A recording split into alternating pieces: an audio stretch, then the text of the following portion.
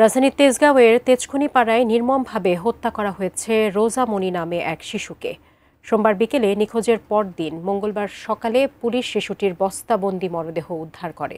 হত্যাকারীদের দৃষ্টান্তমূলক শাস্তি দাবি করেছেন পরিবারের সদস্য এবং স্থানীয়রা। আরও জানাচ্ছেন শারমিন রিহা। আমার মনটা বাঁচতে দিছে না, উত্তরে ভণ্ডারে আমার মনে কি করলো, আরাপ করতে মারব।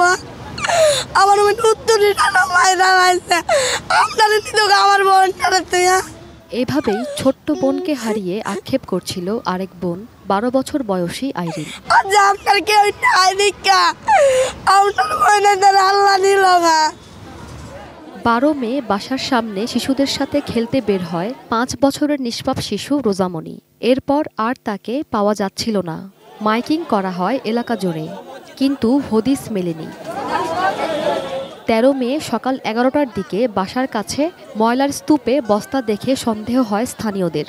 খবর পেয়ে ছুটে যায় রোজামণির বোন আইরিন সহ অন্য বোনরা। বস্তা খোলার পর দেখে তাদের বোনেরই লাশ। সারা শরীরে বীভৎসতার চিহ্ন, গলায় রশি পেঁচানোর চিহ্নও দেখা যায়। এমন নির্মমভাবে 5 বছরের শিশুকে হত্যা করা যেতে পারে তা বিশ্বাস হচ্ছিল না কারোই।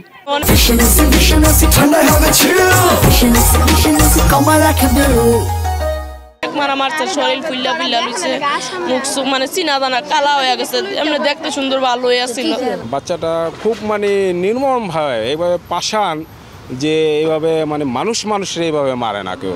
রোজামণির মা বলেন কারো সাথে তাদের শত্রুতা নেই, তারপরও কেন নিষ্পাপ শিশুকে মারা হলো। তিনি দৃষ্টান্তমূলক শাস্তি চান মেয়ের হত্যাকারীর।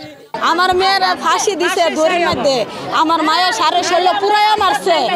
আপনি চেহারাটা দেখে আমি আপনার কাছে বিচার চাই। আমার মায়ের যেভাবে যেরকম করে মারছে, ওরা এরকম করে আমি জানি ওরা বিচার চাই। স্থানীয়দের ধারণা, ধর্ষণের পর নির্যাতন করে হত্যা করা হয়ে থাকতে পারে। দোষীদের দ্রুত গ্রেপ্তার ও বিচার নিশ্চিত করার দাবি জানান এলাকাবাসী।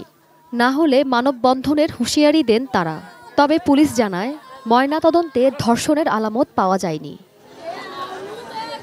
Sharmin Riha, ATN news, Dhaka.